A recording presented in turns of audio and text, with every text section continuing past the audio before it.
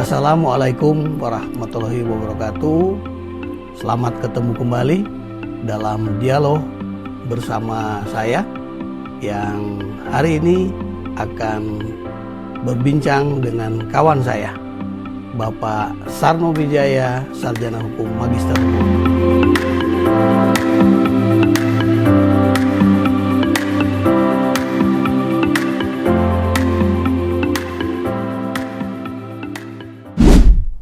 Ya, kawan-kawan, hari ini saya berjumpa dengan kawan lama, ya, sama-sama di Direktorat Jenderal Imigrasi. Terakhir kami sama-sama menjadi analis keimigrasian alih utama di bawah Direktorat Jenderal Imigrasi. Saya perkenalkan Bapak Sarno Wijaya, Sarjana Hukum, Magister Hukum, yang mengundang saya untuk acara bedah buku. Ini bukunya beliau, ya, bagus sekali. Deportasi dalam Hukum Keimigrasian Indonesia. Nah, karena beliau mengundang saya untuk pelaksanaan bedah buku ini, saya kira ini kesempatan yang sangat baik untuk kita mendengarkan latar belakang dari mengapa beliau membuat buku ini. Justru pada saat beliau sudah selesai ya sebagai pejabat imigrasi. Ini kan menarik sekali. Tapi kajian beliau di dalam buku ini sangat luar biasa. Nah, kita dengarkan langsung dari Pak Sarno Wijaya tentang apa sih isi buku ini. Silakan Pak Sarno. Ini santai-santai aja, Pak Sarno, ya. Terima kasih Pak Dr. Roni Franky Sompi. Ya, kesempatan pagi hari ini di gedung PT Astra International terbuka. Ya. Terima kasih Pak Roni berkenan hadir. Nah, buku Deportasi dalam Hukum Keimigrasian Indonesia ini sebetulnya memang bentuk kegelisahan saya, Pak. Wah, ini gelisah. Ternyata beliau ada kegelisahan berkaitan dengan deportasi ya, iya, Pak ya. Sudah iya. lama, Pak. Karena sejak paling tidak selesai dari pendidikan, kemudian saya pernah berada di Medan, berkecimpung langsung dengan persoalan pendeportasian ini. Ya. Nah, karena waktu itu tidak punya kesempatan menulis, Pak, karena Sibuk kerja itu hampir saya tidak terpikir bisa membuat sebuah buku. Tapi tulisan-tulisan dalam bentuk artikel saya tulis. Tapi kalau buku sepertinya waktu itu memang belum punya kesempatan. Iya. Nah, pas sudah sama-sama menjadi analis bersama Bapak, waktu yang tersedia cukup banyak, Pak. Maka saya kemudian menuangkan untuk jadilah buku ini gitu. Nah, buku ini memang di samping kegelisahan juga dipicu oleh sebuah fenomena waktu itu. Ada Ustadz Abdul Somad di Singapura, bahasanya itu satu, dideportasi. Padahal sebetulnya makna deportasi itu tidak seperti yang dipahami secara umum, tetapi ada spesifikasi tertentu terminologi deportasi. Nah, itu kemudian makin menguatkan saya, apalagi waktu itu ada Pak Deki, ayo dong, mana bukunya? Waktu itu setelah buku sejarah keimigrasian itu, ini sebenarnya duluan, tapi terhenti. Bahannya sudah lebih dulu disusun dulu. Tapi terhenti karena Prof. Iman waktu itu meminta bantuan untuk menulis tentang sejarah pendidikan jabat imigrasi. Nah, itu cepat selesai, effortnya luar biasa. Didanai oleh koperasi. Nah, itu selesai, Pak. Nah, buku ini backgroundnya di samping kegelisahan juga ada fenomena unik, kemudian juga apa sih sebenarnya yang bisa saya sumbangkan kepada jajaran, meskipun waktu itu sudah tidak punya ini lagi kesempatan kewenangan, tapi paling tidak adalah kalau bahasanya Pak Yasona itu legacy lah gitu. Ada legacy. Betul. Jadi buku ini tentu dibuat dengan tekun ya Pak Sarno, tentu berdasarkan pengalaman, tapi juga saya baca ada beberapa senior yang Pak Sarno juga datangi, ajak wawancara, mendapatkan informasi. Nah, saya pikir ini sangat baik. Nah, mungkin Pak Sarno bisa menjelaskan apa sebenarnya inti dari apa yang Pak Sarno tulis di dalam buku ini. Iya. Buku ini sebetulnya ingin memberikan sebuah insight, wawasan bahwa keimigrasian itu sebetulnya adalah hukum administrasi negara ranahnya. Iya. Memang di situ ada aspek pidananya. Iya. Maka kemudian hukum keimigrasian itu maknanya adalah hukum pidana khusus eksternal. Karena ada dua kategori hukum pidana khusus itu, kategori internal dan eksternal. Yang internal itu adalah memang menamakan dirinya sebagai undang-undang pidana, seperti Undang-Undang Darurat 8 tahun 55 itu disebut Undang-Undang Tindak Pidana Imigrasi.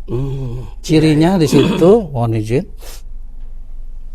primum remedium, artinya bahwa pemidanaan itu menjadi ciri utama. Pertama-tama pemidanaan itu pidana khusus internal.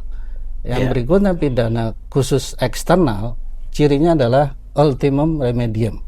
Artinya senjata terakhir kalau senjata administrasi tidak mempan. Nah, hukum keimigrasian ini adanya di pidana khusus eksternal. Namun faktanya ini dia tidak konsisten, Pak.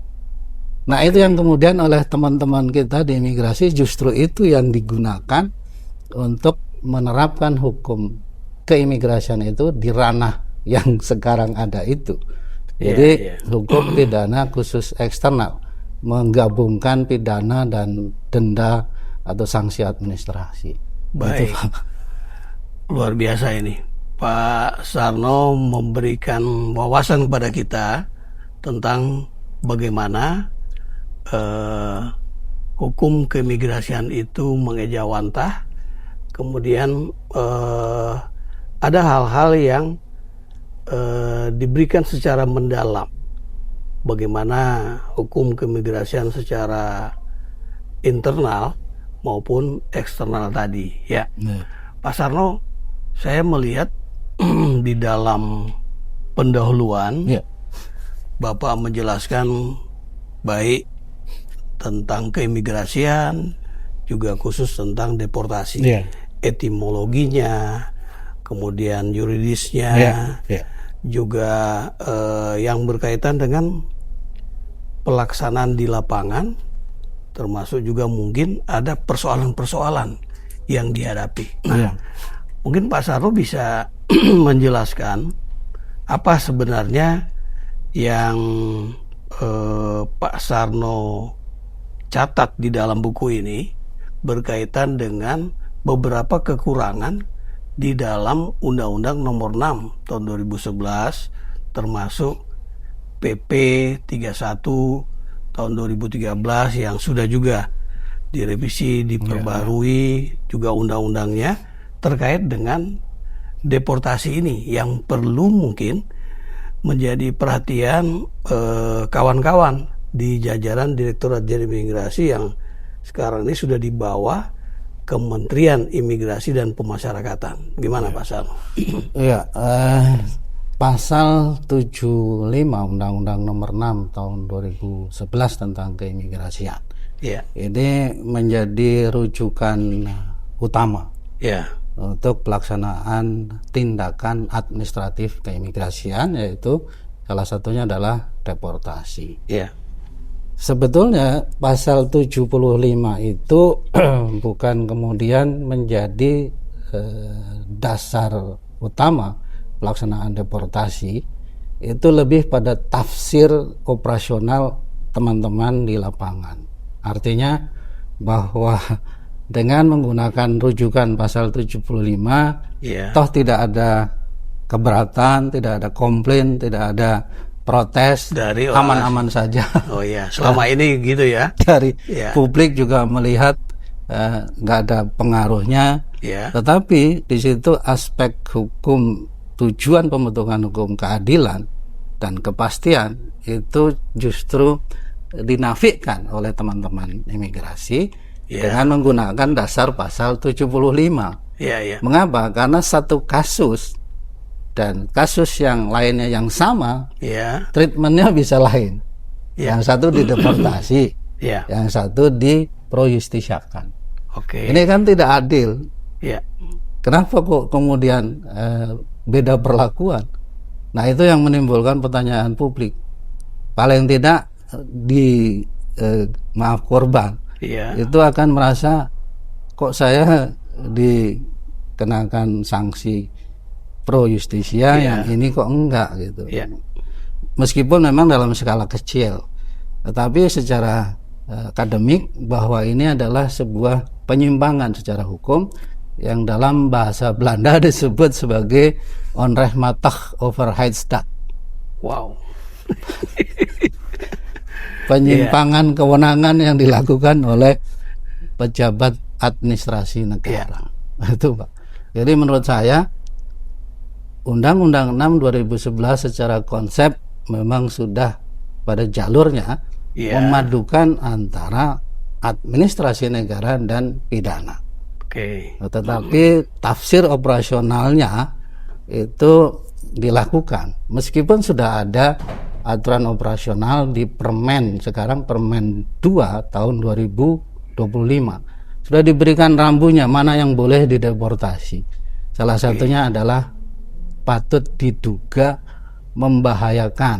Nah, membahayakan itu didefinisikan, Pak. Nah, ini kan operasionalisasinya di dalam permen ini ada satu hal menurut saya tricky yang konseptornya. Apabila tidak ditemukan dua alat bukti, ini kan tricky sekali.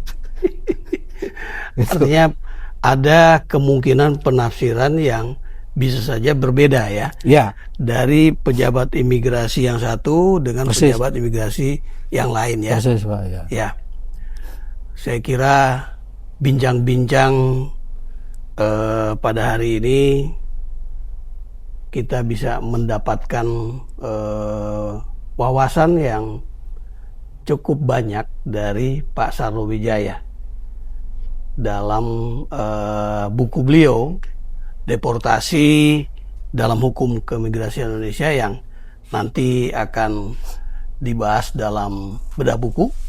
Kita ikuti perbincangan dengan beliau pada lain kesempatan. Terima kasih banyak Pak Sarno sudah memberikan kesempatan saya untuk dialog santai saja. Terima kasih, sukses. Sehat selalu. Demikian kawan-kawan. Wassalamualaikum warahmatullahi wabarakatuh. Waalaikumsalam warahmatullahi wabarakatuh.